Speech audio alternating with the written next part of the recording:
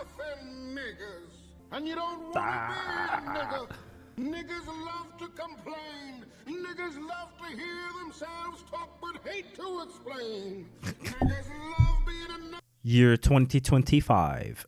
The Boondocks in the year 2025. Had a whole flow. I was recording a lot. We had a few really interesting Boondocks episodes. Good commentary, I think, with really good conversations in the comments. It all started with place I was watching the episodes. They had messed up the order, so I uploaded the wrong episode with the wrong title in the wrong order and all that kind of stuff. Then I had this whole idea. I'm gonna like record Arcane and Penguin and then this. I'm gonna like put so much effort into it before the year ends. And then I got into Unreal Engine 5 and started doing some animations there. I did a little short animation. Maybe I'll show it in this channel at some point. So then I went on my summer cabin, in my family summer cabin, and I edited one video, but I didn't have my Adobe program with me, so I had to edit it with CapCut, which is not my preferred editing software. That's the Christmas episode. So the editing wasn't really to my tastes. I didn't really like the editing quality, and I think you could tell that my recording was kind of panicked. I was like tired and just trying to get something recorded before I went on holiday, try to quickly edit it and then publish it. I'm proud that I did and I got it,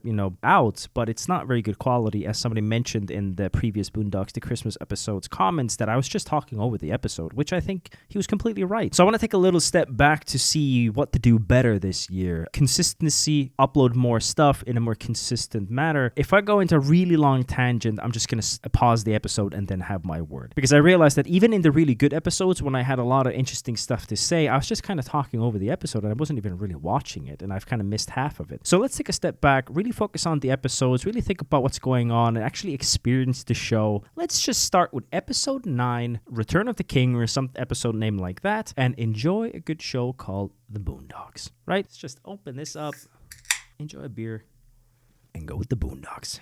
Try to wear a shirt that I would never wear, and just to look like a douchebag. I tried to look like a guy whose name could be Chad. So when you see me on the thumbnail watching this show, you'll be like, oh, who's this idiot watching the Boondocks? I want young men and women who are not alive today to know to see that their new privilege opportunities do not come without somebody suffer and sacrifice with them. Yeah, as a Finnish, this is going to be interesting. Martin Luther King, I assumed. As a Finnish person, because we have our Independence Day in March and... no, it's December. I mean, our independence. Martin Luther King Jr. was shot in Memphis, Tennessee on April 4th, 1968. I actually don't know much about this, to be honest with you. Like, I know the name, I know quotes, I know a lot that he did. This will be interesting. I actually don't know much. King fell into a coma. The world waited for news of his fate. There were no riots. Time passed. King faded into memory. There was no national holiday. Then, on October 27, 2000, 32 years after he was shot, Martin Luther King Jr. came back. King amazed the world when on November 7th, What the fuck? 7 days after awakening. This is a problem because I have no idea what's real and what's not. Wait. How ignorant am I? That streets named after him weren't the very Okay. I need to stop for a second. I get it. It's a hypothetical. Hypothetically, if he came back, what would he see? What is the thing that happened? Like, I know that. There was just a second as I was watching this because I just reset my mind that I'm ignorant, that I don't know anything, because I was ranting so much into Christmas episode in the previous ones that I was like, okay, let's just come in with a clear mind. And as he started talking about Martin Luther King, I realized that genuinely is a topic I actually don't know much about. Like, as a history buff and stuff like that, I like a lot of stuff, I really don't know much. There was a second when I was watching that he came back, it really like made me feel ashamed. It's like, what the fuck is happening? Like, I have no idea if this is real or not. I don't know why. I just kind of came in with this mentality of like, I'm just going to let the show wash over me. And it just made me for a second doubt my sanity. I was like, what the fuck is happening? But I know it's a hypothetical. Hypothetically, if this great person did come back, what has actually happened? And what would he actually see? Okay, let's get back to it. That fucked my mind for a second. video of the year with Puffy at the MTV Video Music Awards. So it's really showing like the juxtaposition of what black culture used to be and what it used to say to what black culture is today and what it's trying to say. Wait. Go back. Martin Luther King presented Video of the Year with Puffy at the MTV Video Music Awards. Now I had to stop and look into it. So this is P. Diddy, right? Again, My ignorance of black culture. He said Puffy. I was like, who? Puffy? How are buff girls? What the fuck? I have no idea what is happening. But he's P. Diddy.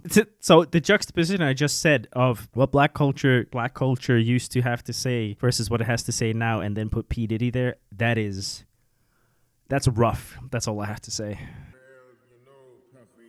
Puffy? Never heard Puffy before. On October 15th, during an appearance on Politically Incorrect, King shot the country. Dr. King, okay? You're an advocate of nonviolence, but Yeah, I know the guy. I know that guy. I just forget his name. Attacks of 9/11. Well, as a Christian, we are taught that you should love thy enemy, and if attacked, you should turn the other cheek. Oh, true. The whole terrorist hunt. America was The whole out. terrorist hunt that was happening then. The president was very concerned by some comments made by some ex-civil rights leaders. And So it's really showing the juxtaposition of like what it used to be and what it is today. And I think it's very relevant today, which is funny. This stuff is relevant today. Just divide and divide. We had that same discussion about the other episode where I mentioned that it's funny that era media was very similar to today's. Goddamn chunky cheek monkey.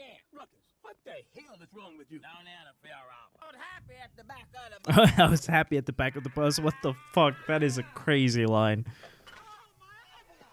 That is a crazy line. He was on that bus with Sister Rosa that fateful Oh. No. I love that she stole his thunder. This must have been a rough joke. This is it, brother. Remember, no matter what they do, nobody gives up their seat. I feel like this must have been a rough fucking joke of like Rosa Parks and everything. Y'all can go head on to the back. That has been a very awkward fucking conversation though. Ah. Move, boy. No. Go ahead to the back. No, I am not going to move. How dare you refuse to give up your seat, woman? What are you, some kind of history maker? Yes, we. We. Oh, you think you're gonna change history on your own? Is that it, woman? All by yourself? That lady sure has. Hey, what about me? I got courage. You want me to face the police? Hey, can someone get me the sheriff? I got a colored woman here who don't want to give up her seat. I feel like this is such a rough joke because I'm pretty sure there's like some conspiracy theorists or debaters who would say that all of that was kind of like set up anyway. I've heard like a comment or something. I don't know. I'm not saying that. I don't know. I'm just saying it feels like a rough joke. You didn't. They laid her in state. They ain't gonna lay my black God. ass in state. They gonna lay me at the Johnson fucking mortuary down the damn street. Ugh. You don't look famous. What are you? An actor?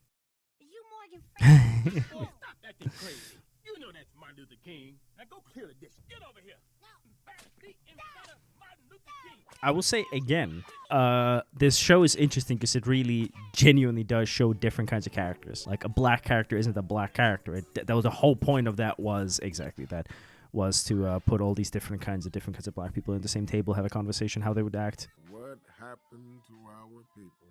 I think everyone was waiting for Martin Luther King to come back. The Martin Luther King they're waiting for, Huey, is gone forever. It's a different time, different need, different things needs to be said. I think that's the whole thing, right? It's like his kind of character, even if they came back, that nuanced. What the people need is the truth. And not the I don't know if the truth is enough. I don't know if it's enough. That's the edgelord of teenage logic. I know that, but I used to think the same when I was younger, that just say the truth, but that's not enough. People get defensive. People don't understand it. You're wrong. Your truth isn't the whole truth. Witnessed by some, Do you love America? sorry. Yep. You sure as hell are, Yep. buddy. Why can't liberals ever answer that Yep. question with a It's simple still the yes, same huh? conversation If you today. ask me, if I love America, I say yes. Sir, I will not be. Yep. Or shut up. We'll be back with more fair and balanced. I do have to instantly pause there. That is fascinating. Not to get too deep into anything, but you know how they talk about like party flips and stuff like that? I do remember that being a discussion. Again, I was born in 93, did not follow politics until like 2000, tens after that, essentially. But I do kind of have a memory of, for example, YouTube. YouTube used to have a lot of content where there were a lot of liberal people who were debating as atheists against religious fundamentals. There was an entire genre of atheists debating Christians, right? And that has obviously changed. Not going to get into anything, but I'm just saying that being woke and being liberal, being feminist has a very different meaning nowadays than it did 20 years ago. This is a show from early 2000s. It's a very different meaning. I do find it fascinating because I feel like somebody could take offense of them showing a conservative like that, and he was making fun of liberals, because to be honest with you, if I think about the situation, in my honest opinion, it's the reverse right now. Right now, it would be the opposite. It would be liberals screeching like, don't you care about humanity? Don't you care about racism? And they would be doing,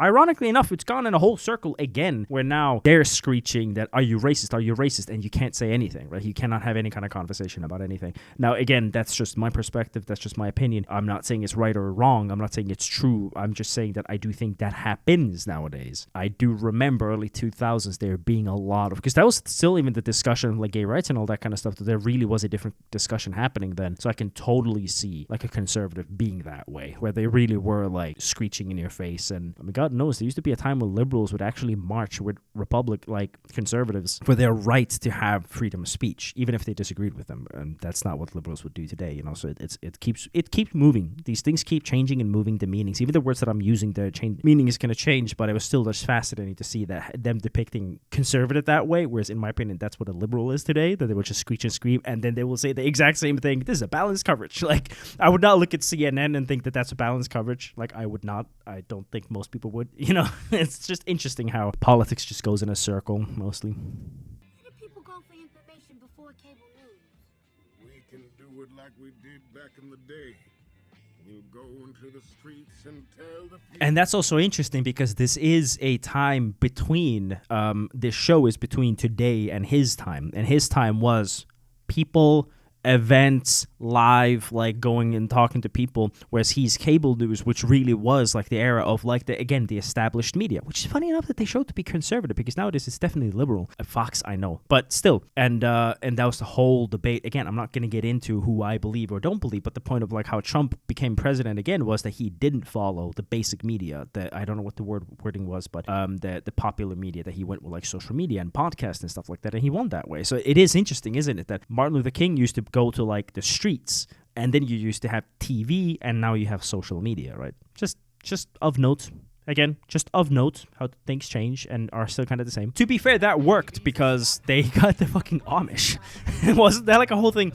Pennsylvania? Or where was it? Like, I don't remember. I don't know American stuff. I'm Finnish. Don't kill me. They got the Amish, right? So that was a whole thing. And they really did kind of do that, didn't they? Where they just went in and got them to vote. Said about not having enough experience with modern media. So I hired an urban promotions firm. Yeah, that's a whole thing, right? Promotion people. Uh-oh, was that bad? It's a good idea, I think. Just not might fit his brand, but still. Sir, I'm Martin Luther King, and I'm Malcolm X, nigga. You still ain't getting in here with them shoes. That was a crazy line. Dancing in a church, right? Partying in a church. This is a very heavy episode, I feel like. Very critical. Thank you, white Jesus, for making all this positive black shit possible. Amen. Okay. Well, that's a whole nother discussion. I'm not going to get into it. I was already ranting way too much in my Christmas episode about that. There were the hustler preachers. Yeah, people like to sell stuff. The rapper. Oh yeah, and there was also the inevitable fight. Well, Excuse me, brothers and sisters, please. If someone could just turn off. King looked out on his people and saw they were in great need. So he did what all great leaders do. tell them to shut up. He told them the truth.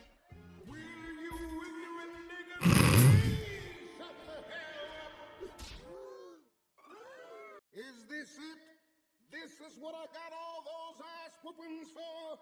I had a dream once. It was a dream that little black boys and little black girls would drink from the river of prosperity, freed from the thirst of oppression.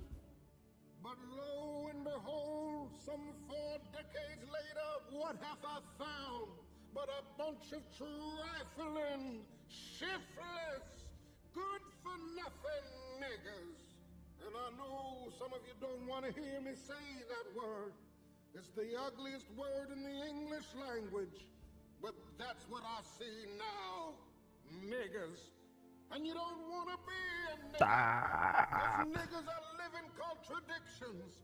Niggers are full of unfulfilled ambitions. Niggers wax and wane. Niggers love to complain. Niggers love to hear themselves talk but hate to explain. Niggers love being another man's judge and jury. Niggers procrastinate until it's time to I mean, that's me. worry. Niggers love to be late. Niggers hate to hurry. Black entertainment television is the worst thing I've ever seen in my life. Usher, Michael Jackson is not a genre of music. And now I'd like to talk about soul playing. I've seen what's around the corner. I've seen what's over the horizon. And I promise you, you niggas have nothing to celebrate. I know I won't get there with you. I'm going to Canada. Do what you can. People got angry, That's unexpected. and the revolution finally came. The mob is refusing to disrupt. Your president is urging. It's fun to dream. So, heavy episode. Heavy episode where I don't know how much I have to say. But okay, let's be real. Definitely an interesting topic. I think we've wondered about that very often. I guess the saddest part is where I feel like it's even more relevant today than it has ever been before, because there's a lot of stuff, because this is early 2000s, and you definitely had a golden era of hip hop and rap and all that kind of stuff, and it was like coming out and Michael Jordan and all that kind of stuff. But there was also like a lot to wish for. And I actually remember there was this I saw on YouTube this some rap hip hop duo or whatever. They had this like song, eat that watermelon, eat that watermelon, eat that watermelon, it's good, or whatever. And the whole point was that there was a parody. I don't know who it was. Maybe I'll look into it later, but if you could comment it, because I don't remember who did that. And the parody song was about like how American black culture is just becoming a stereotype of it in itself, of stereotypes that are just becoming real, like just becoming living stereotypes. And it's black people doing it, not white people. And that was the song. I don't fucking know. I just know that was the song. I've seen it like long time ago on YouTube. So I think that was like late 90s, early 2000s where you would start seeing that, but you still had a lot of prospect and hope and wish for more. And that's kind of what that era is, this episode. Has anything been done about anything? Or you guys have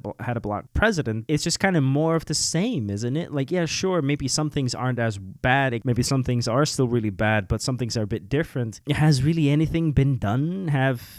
To be honest with you, black Americans done anything really more than anything, like, which is what this episode is calling for. Not me. This is not me saying this. This is the episode saying that you're supposed to do something. So I'm just kind of saying that has anything ever been done? I don't know. One criticism of it is, which I guess it is like the show creator's martyr moment, is it is a little bit like, what's the word? Arrogant, to be like, oh, I'm an edgelord kid, and this is my vision of what's supposed to happen. Because that's what the showrunner is saying, that that the writer, the director, I get to say this. I think this should be said, which is a bit rough. It's a bit arrogant, being real. To be perfectly honest, it is. But I think it is also very interesting, definitely valuable.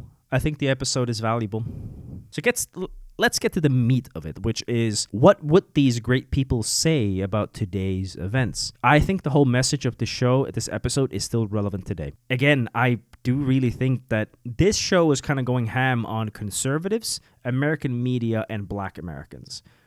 With today's mentality, I would go against the liberals. I really don't think that modern American liberals or Western liberals would be willing or down to play with Martin Luther King. I don't think so. They would not be okay with his thoughts of like, I don't want to judge anybody based on the color of the skin, but the content of the character. They would not agree with that. I don't think so. Current day politics would not be willing to listen to somebody like that, which does make you think, who do we need? What do we need? What needs to be said? What needs to be done? I don't know. Because the truth is not always enough. Because people might not agree with you. They won't understand you. You might be wrong. You might not be able to say it the right way.